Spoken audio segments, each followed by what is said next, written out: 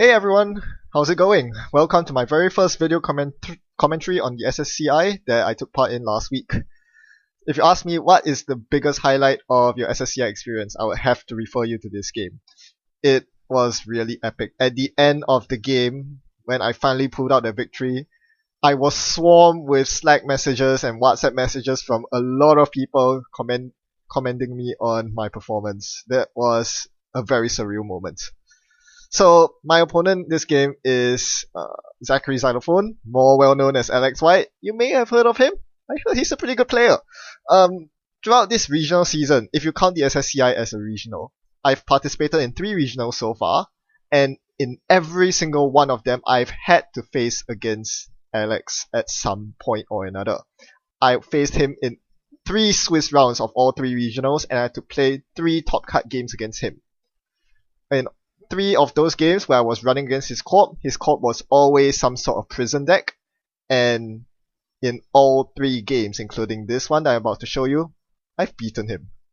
I have a pretty good track record apparently. The first 2 times I beat him was against his IG deck, IG prison, and I mean, it felt like I was being a total cheater, like someone just snatching candy out of the hands of a well-behaved student that completely deserves it, a well-behaved child.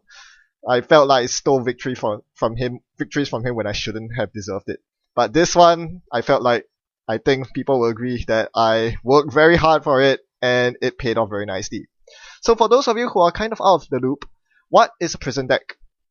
A prison deck basically makes use of the new alliance interactions with Mumbat City Hall to spam lots and lots of assets on the table alongside defensive identities such as Gagarin, industrial genomics, or in this case, controlling the message.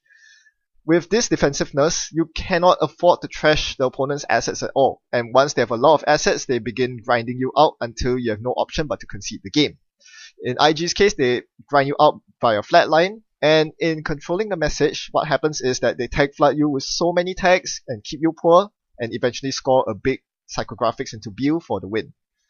So these decks are the bane of Netrunner positive play experience for a lot of people, simply because it defies so many rules of normal net running, and they are just not very fun to play against. I am on that side of the fence. I do feel that museum decks should not exist in the game. Prison decks are bad, and that they are just negative play experiences.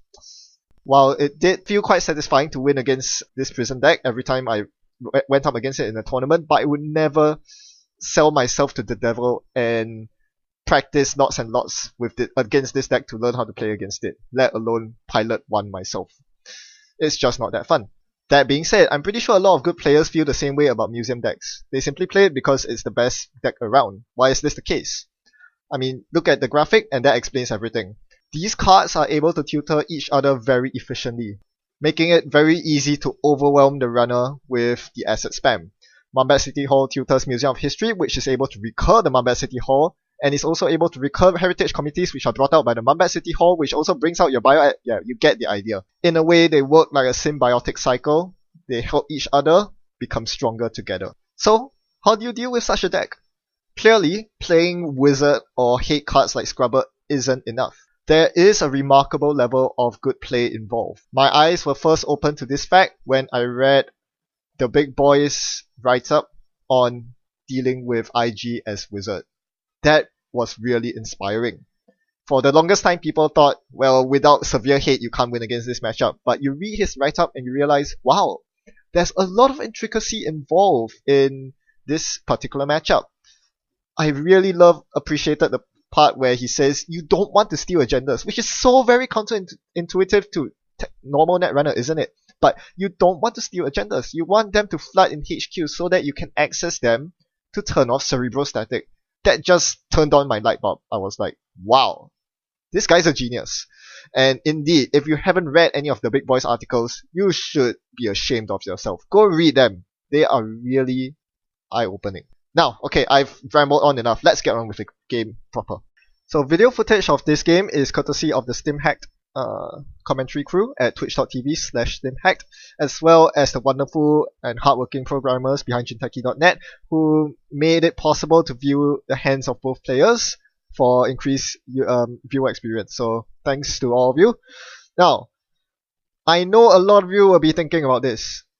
Why am I watching this game? This is completely irrelevant, right? Post FAQ, post most wanted list, this controlling the message deck is not going to be valid. My Val deck is not going to be valid either. Am I going to learn anything from this? And yes, they are going to be invalid decks. You probably won't see these archetypes again, but I think the more important thing to take away from this is not gameplay strategy. I won't be focusing so much on strategy. I'll be talking more about mentality and psychology. Now, first we start off with a short gamble into Scrubber into running the Jackson. I think this is extremely important. You can't let the Jackson go. Even though you're forced to eat the trace, you're forced to clear the tag, that wipes out all my short gamble money. You'll find that at the end of the turn, I'm back down to 5 credits. But I think this is the perfectly right move, because you cannot afford to let your opponent hyper draw with Jackson next turn to clear their agendas and then find all the cards they need to get rolling. You see my opponent already has a very good assembly going. The tech startup to get the Mumbai City Hall, and then the diversified portfolio to burst in credits soon after. So in a couple of turns from this, my opponent is going to run away with the game. Meanwhile, I'm kind of stuck. I haven't found much economy. I'm drawing 2 pancakes. You don't need more than 1 pancake for breakfast. And the same old thing. Not gonna do much at this point in time. So already I'm already starting off on the wrong foot. But this is not something to be phased about. What's very important is you need to enter the game with an overarching strategy in mind and stick to it. Perhaps adapt it based on what happens during the game, but for the most part, you should think of what your overarching strategy for the game should be and keep that in mind as you proceed throughout the game. So even though I see the Mumbai City Hall starting to flood the game area, I'm gonna stick to my plan. And what is my plan? My plan is to find the very important cards in my deck. If you see my deck building video on this deck, you would know the cards that I'm probably looking for. The 1 copy of Rebirth to go morph into Wizard so I can start trashing his stuff. The 2 Scrubbers, I found one of them, so that's good. And Sports Hopper. Sports Hopper gives me a discount on the CTM trace, and that is pretty important. So my opponent continues assembling his board. Not only does he find 2 museums, he's also going to spam all the Mumbai temples. Now at this point, you probably notice that my opponent is super agenda flooded, and it's probably not a wrong choice to run his hand at this point in time. However, as I said, I'm sticking to my game plan. And I know that if I stick to my game plan, I'm going to win eventually. I know that with Wizard credits, with Scrubber credits, and with 1 link, I can easily start tearing down his board state. So why should I bother running Centrals? This is why I'm not running Centrals. And as a pure control deck, a control deck in its purest form, as I mentioned in the in my deck video, is not about scoring the 7 points to win. I can easily legwork into his hand and potentially win, but this is not what my deck's about. Why am I going to make that play? My deck is not geared towards making that play. You should play towards your deck strength. So a lot of people keep saying, I can't contest these assets, I'm just going to lose against CTM. Why say that? Play to your deck strengths, play to your outs. If your outs are legworking to HQ to get those 3 agendas, then do that. My deck's purpose is not to do that. My deck is not about medium digging. It's not even about medium digging. It's not about hitting his HQ. My deck's purpose is to tear down his board state with so many recurring credits that even my opponent cannot catch up, even with Museum Temple spam.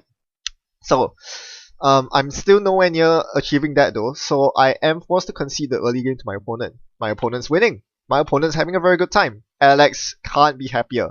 He's probably thinking, okay, I wouldn't say that, but yeah, he has 3 museums and a Jackson out. That is pretty much game over, isn't it? So here I dirty laundry HQ. Not because I wanted a HQ access, but because there was nothing better to dirty laundry. I mean, sure, I could dirty laundry one of his random remotes, but I wasn't gonna pay through the NBN trace, the CTM trace rather.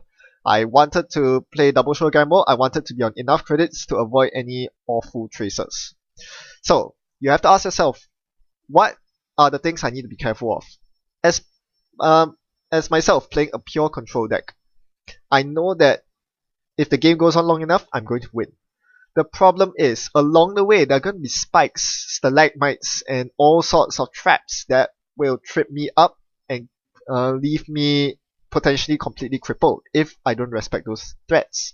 And the biggest threat I've identified from what I've been hearing about this legendary Alex's CTM deck, is that it packs hard-hitting news. So that's the main threat I'm worried about. This is why I did not run at all until I found enough money, 15 credits, so that I can clear 4 tags if he decides to fire a hard-hitting news trace on me. I think hard-hitting news is definitely overrated. A lot of people are crying foul at how bad it is for the game, but honestly, if you have more than 8 credits, or 12 if you're running against Sync, that hard-hitting news is not going to do anything. You're just going to clear all 4 tags next turn. In that sense, it's weaker than mid-seasons. Or even Seesaws, because at least with Seesaws you can follow it up with a close accounts, which my opponent has been holding in his hand for the longest time, but just cannot use. Because what accounts are there to close? He can't tag me. So, now that I found my rebirth, now that I have 5 recurring credits to trash assets, I'm going to go at it. And I'm going to do something called batch trashing. Usually with recurring credits, what you want to do is to trash 1 item every turn. That way you can maximize your free trashes. However, against a museum deck, this is not correct. What you want to do is to batch trash all of the cards at the same time. And in this particular case, it's all the museums. If going back to the graphic that I showed you earlier of how the things tilted things and cause a symbiotic cycle, recursion is the root of the problem. Recursion is root of all evil, because if you trash anything else other than the recursion just brings it back into their deck. So you need to hit at the root, which is the recursion. That and Mambat City Hall. Mambat City Hall is the other root of the problem because it brings cards from R&D onto the board at instant speed, or almost instant speed. 1 click cost to retrieve a card and install it is ridiculous. So you'll be looking at me trying to knock down those 2 parts of the puzzle in as quick of a time as I can. So you saw I trashed all 3 museums last turn and I survived. Not only did I manage to evade the CTM trace, I was also not punished by my opponent through any seesaws, through any hard hitting, so that was good. So now my next step is to whack the Jackson. Jackson goes out of the game, and now I'm gonna whack Mambat City Hall. This is quite important. The fact that my opponent did not use Jackson to reshuffle museums in, you can see them still in archives, means that he probably has another one out in play. Because usually as a player, the court player, if you are playing museum decks, what you want to do is to reshuffle the museums in so that you can tutor them out with Mambat City Hall again the next turn. The fact that he did not do that means that he probably has another Jackson sitting on the table and wants to use it next turn. So I need to get rid of the Mambat City Hall right now so that it's much harder for him to get the museums out.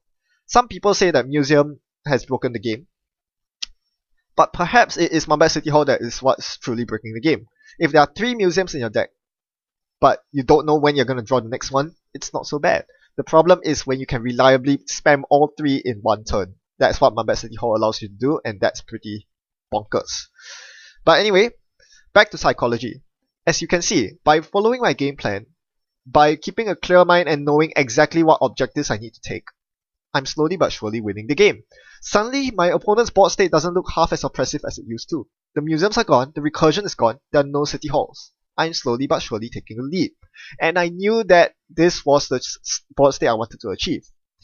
I wasn't randomly running his remotes or his centrals earlier on. I knew that I needed to set up my recurring credits before I could do anything. And now that I have my recurring credits and am drawing 2 free cards a turn thanks to the Wild Cakes engine, I am only going to take the lead from here on out. Not to mention my economy roaring ahead with Lucky Finds and Dirty Laundries. I'm on 26 credits, my opponent's on 19. I can even dodge the mid-seasons if I want to. But no, we are not going to steal agendas right now.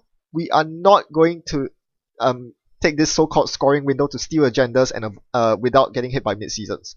We are going to continue on our plan with the pure control deck. And by pure control, I mean suppress your opponent every single turn by trashing cards. I'm gonna trash the Arya Bata tag here. I value that quite highly because it can keep you poor. And being poor is where you do not want to be against hard-hitting news. As you notice, hard-hitting news only punishes you if you are poor. So you much rather be rich you much rather be rich like the corp rather than be poor like the corp. Because if you're both poor and you lose the hard-hitting news trace, you're going to float tags for the rest of the game. Whereas if you're rich, at least you can still clear the tags. So I crashed the Aryabhata tag along with the Petri dish, the primary transmission dish, which I'll call it Petri dish from now on because that's a very cute name. Petri dish goes in the bin. 3 recurring credits for traces is a bit too good because I'm gonna let him fire his CTM trace every turn. Numbat temples are not important because he is barely rezzing anything with them. The most he's rezzing is a city surveillance, which is on the table right now. That costs him 5 to res, but other than that, I'm not forcing him to res ice. He's not rezzing too many assets, so those temples are actually not doing that much. So here I blackmail the ice server, and this is another one of my foresights that, if you've noticed, since the very beginning of the game, I've actually had 2 blackmails in hand. And the commentators were saying, those are going to be pretty useless cards this game, huh? There's not going to be any much ice. There are 2 reasons why I kept all the blackmails in my hand and never ditched them. Early on in the game, I was drawing to Parasites, I was drawing to Data Sucker, multiple files, and all sorts of weird cards. I was tossing them all, but I kept the blackmail specifically for this reason. Firstly, when he eventually does decide to ice up remotes, I can siege in without needing to take the tempo hit of installing files and face checking ice. He has some really nasty ice like Muckraker that you can see in his hand, and you really don't want to break that with Faust. The more important reason is that if something wrong happens, if I slip up and I end up having to float tags, at least I have an out against his centrals. I can blackmail for Hail Mary runs, eke out an undeserved win, that's still a win in my books. So, both ways, it's very important that you recognize what cards are important in your deck for the particular matchup. Ditching Parasite over Blackmail is definitely a right choice that I made. So, it definitely came into play, and now that he starts jamming more stuff into that same ice remote, I'm so happy that I have the second copy of Blackmail in my hand to use. But first, time to go vroom vroom with the Sports Hopper. Another cool piece of tech that I included in my deck that paid off tremendously. This used to be a Plascrete because why don't you play Plascrete? My meta is kind of saturated with kill. I know there are a lot of kill decks around. But more importantly, with the extra link, it allows you to do so well against decks like Sync, decks like CTM. That link saves me 1 credit every time a trace fires. And that's not just the CTM trace. You notice there's also a Manhunt in play. Turning the Manhunt from a trace 2 to a trace 1, because I only need 1 credit to beat it now, with that extra link, is a 50% discount. That is huge. Well, okay. Let's take a break. This video has gone on for quite a bit. Go stretch your legs, go drink some water, go catch some Pokemon, and join me later for the second half of this video. See you all then.